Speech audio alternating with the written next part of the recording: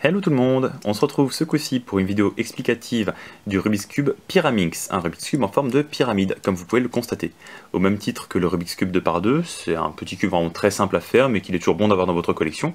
Alors pour le prix d'achat, je sais pas trop, je dirais 10-15 € au grand maximum dans ces eaux-là. Et la résolution, ma foi, est très simple. On va commencer tout de suite.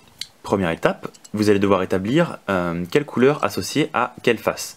Pour ce faire, il va falloir choisir trois extrémités sur la même face. Donc soit ces trois-là, soit si je regarde cette face-là, ces trois-là, ou ainsi de suite. Bref, trois extrémités qui peuvent avoir une face en commun et qui partagent une couleur en commun. Donc par exemple ici, je vais commencer par ma face jaune, complètement arbitrairement, parce que j'ai envie de commencer par cette couleur-là. Donc ce que je fais, c'est que je repère un coin qui a du jaune. D'accord. Je repère le deuxième. Je m'arrange pour les mettre sur la même face. Vous voyez, ces deux coins, ces deux extrémités avec du jaune, sont maintenant sur la même face. Et je me pose la question, est-ce que le troisième a également du jaune? Non.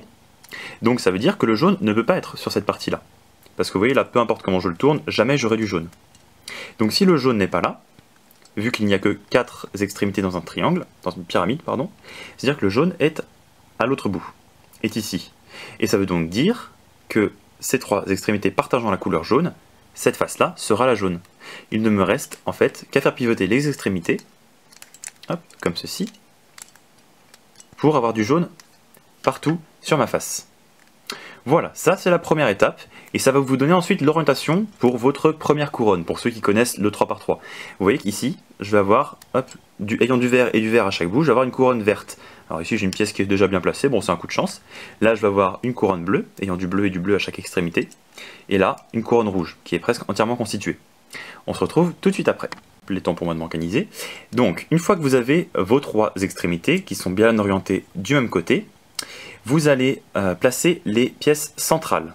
On peut distinguer donc trois types de pièces sur un pyraminx. Les extrémités, que j'appellerai les coins, les extrémités ça variera je pense.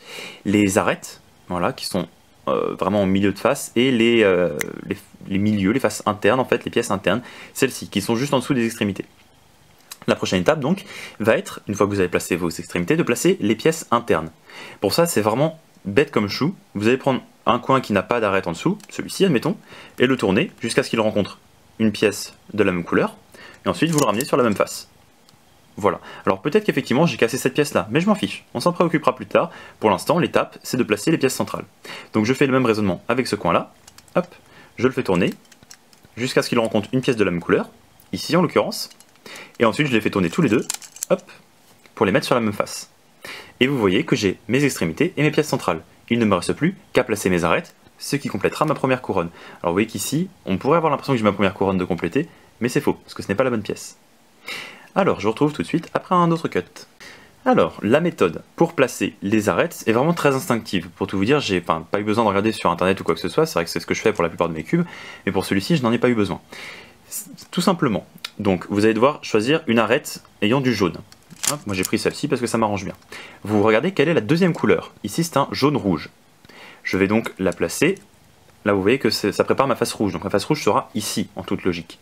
Je vais donc placer cette pièce rouge, visible. Pour vraiment qu'il y ait une continuité ici. Vous voyez.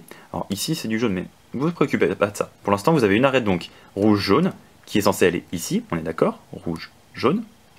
Vous la mettez couleur contre couleur. Vraiment il faut que ce soit synchronisé. Ensuite, tout ce que vous avez à faire, c'est en tenant votre cube comme ça par la pointe, vous abaissez le côté droit, vous faites remonter ce cône-là, et vous, remontez le côté droit de votre cube. Et voilà, votre pièce est placée. C'est vraiment un mouvement qui est très instinctif si vous êtes familier du Rubik's Cube 3x3. On va passer à une autre pièce. Ici, je mets verte, jaune. Donc, comme dit précédemment, je la tourne jusqu'à ce qu'elle soit coordonnée avec la face verte.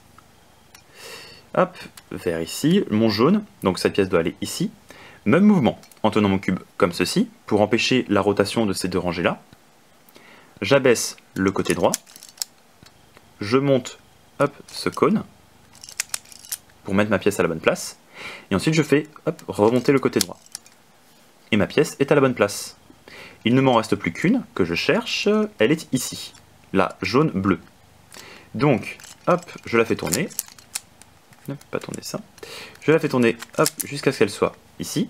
parce que du coup les couleurs sont bien coordonnées, mon jaune est du bon côté. Et là ça va être la même formule, mais appliquée du côté gauche plutôt que du côté droit. C'est-à-dire que je tiens mon cube comme ceci, j'abaisse le côté gauche, je fais pivoter ce coin-là, enfin ce côté-là de la pyramide, pour faire remonter ma pièce. On va décomposer un petit peu, hop, si vous voulez, ça va être plus simple. Qu'est-ce que je faisais déjà? Oui, voilà, comme ça. Donc, mon premier mouvement a pour but, hop, d'amener ma pièce ici. Ensuite, avec le deuxième mouvement, c'est-à-dire de faire tourner ce côté-là, hop, je la mets à la bonne place. Et le troisième mouvement, ça a juste pour but de reformer ce que j'avais cassé précédemment. Hop. Voilà, donc vous avez déjà fait une bonne moitié, si ce n'est les 2/3 de votre cube en faisant ça. Vous avez votre face, votre première couronne.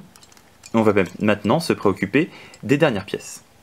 Alors, avant de passer sur les formules, je tiens à rendre à César ce qui appartient à César. Je ne m'en rappelais absolument pas de ces formules avant de reprendre un peu mes vidéos. Et donc je suis allé voir sur un site que j'aime beaucoup, le site s'appelle FrancoCube. Je vous invite à aller regarder.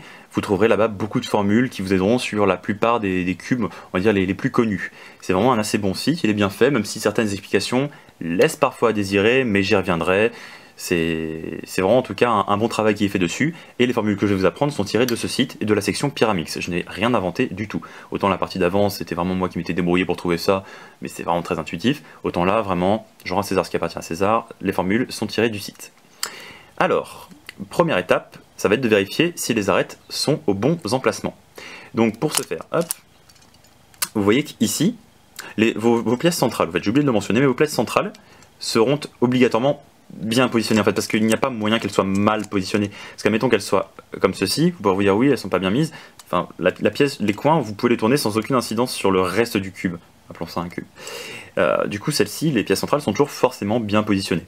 Donc il va falloir que vous les mettiez sur la bonne face, tout simplement. Là, ça colle pas, on s'en rend bien compte. Hop, ça colle toujours pas. Voilà, ici elle est à la bonne place. Mes coins sont bien placés, mes pièces centrales aussi. Il n'y a que mes arêtes qui me posent problème. Première étape, ça va être de regarder si elles sont au bon emplacement par rapport au reste. C'est-à-dire, même si elles ne sont pas bien orientées, est-ce qu'elles sont bien positionnées les unes par rapport aux autres.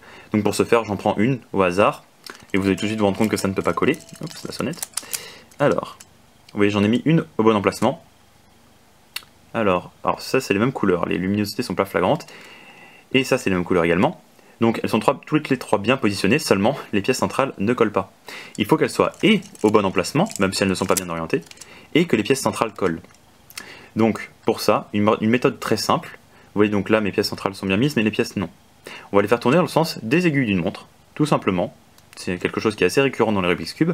Vous voyez bien que si je fais tourner dans le sens des aiguilles d'une montre, mes trois pièces, celle-ci va se retrouver là. C'est plutôt bien parce que c'est une verte bleue, et ici c'est l'arête vert bleu. La vert rouge va se retrouver ici, ça tombe bien, et la bleu rouge ici. C'est exactement ce que je cherche. Donc, pour faire tourner nos trois arêtes dans le sens des aiguilles d'une montre, la formule va être la suivante. Je monte, je tourne, je baisse, je tourne, et on recommence. Je monte, je tourne, je baisse, je tourne. Hop, ensuite, il n'y a plus qu'à bien placer nos pièces centrales. Et vous pouvez voir que, même si elles ne sont pas bien orientées, mes pièces ne sont toujours pas bien positionnées. J'ai dit n'importe quoi. Eh ben oui, j'ai mis.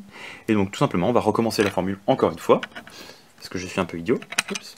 Je monte, je tourne, je baisse, je tourne, je monte, je tourne, je baisse, je tourne. Et là, normalement, pas de mauvaise blague, voilà. C'est un cube que j'ai pas encore bien l'habitude de faire, parce que c'est vrai que j'avais un peu oublié la façon. Donc voilà, vous pouvez constater que même si elles ne sont pas bien orientées, elles sont bien positionnées. Alors ici, il y a deux cas de figure possibles. Soit à l'issue de la formule je monte, je tourne, je baisse, je tourne, je monte, je tourne, je baisse, je tourne, soit votre cube est déjà formé, soit vous n'en aurez qu'une seule de bonne et deux de mal placée. Et là, il nous reste une seule formule, que je tire encore une fois du site FrancoCube, que je vais vous donner tout de suite après un petit cut. Dernière étape donc de la résolution du Pyraminx, vous allez avoir besoin d'avoir vos arêtes mal faites en face de vous. Et la formule va être la suivante. Alors un petit rappel pour ceux qui ne sont pas familiers du 3×3. Bien sûr, je vous conseille de savoir faire le 3×3 avant de vous attaquer au Pyraminx, juste parce qu'on y apprend tout un tas de bons mécanismes, et que c'est plus facile pour s'y retrouver. La notation en vigueur pour les formules des Rubik's Cube est la suivante. H désigne la face du haut, hop. D désigne le côté droit, G le côté gauche, et ainsi de suite. Après, pour ce Rubik's Cube, il n'y en aura que celle-là dont on aura besoin. À savoir que H', c'est donc H inversé, parce qu'on part de la base d'un sens des aiguilles d'une montre. Désolé. Donc si je dis H, tout simplement c'est H dans le sens des aiguilles d'une montre, comme ceci. Si je dis H', donc avec un apostrophe, je dirais H inversé, ça va être plus simple. C'est dans le sens inverse des aiguilles d'une montre. Même raisonnement pour gauche et droite. Alors, la formule est la suivante, quand vous avez deux arêtes mal placées, mais tout le reste bien. Gauche inversée, donc dans le sens inverse des aiguilles d'une montre. O, gauche, O inversé, gauche, droite inversée, gauche, oui c'est ça, gauche, non c'était un gauche inversé, autant pour moi, oui c'est ça, gauche inversée, et droite. Voilà, votre cube est fait. Ça ne devrait pas vous prendre plus de 30-45 secondes à la rigueur au début. Voilà, c'est un petit cube sympathique, hein, ça va pas chercher bien loin, mais c'est un classique. Si cette vidéo vous a plu, n'hésitez pas à mettre un like, à laisser un commentaire ou quoi, faire part de vos retours concernant la qualité, aussi bien de mes explications que de la vidéo. Et je vous invite encore une fois à visiter le site FrancoCube qui est très bien fait. Je me permets juste d'emprunter leur formule parce que forcément, quoi qu'on fasse, on empruntera toujours les formules à quelqu'un. Et j'aime autant vous renvoyer vers eux parce que je sais que ce qu'ils font, c'est plutôt bien. Donc on se retrouvera d'ici quelques jours, je pense, pour une prochaine vidéo. J'ai pas encore décidé du cube, on verra bien d'ici là. Allez, à plus tard.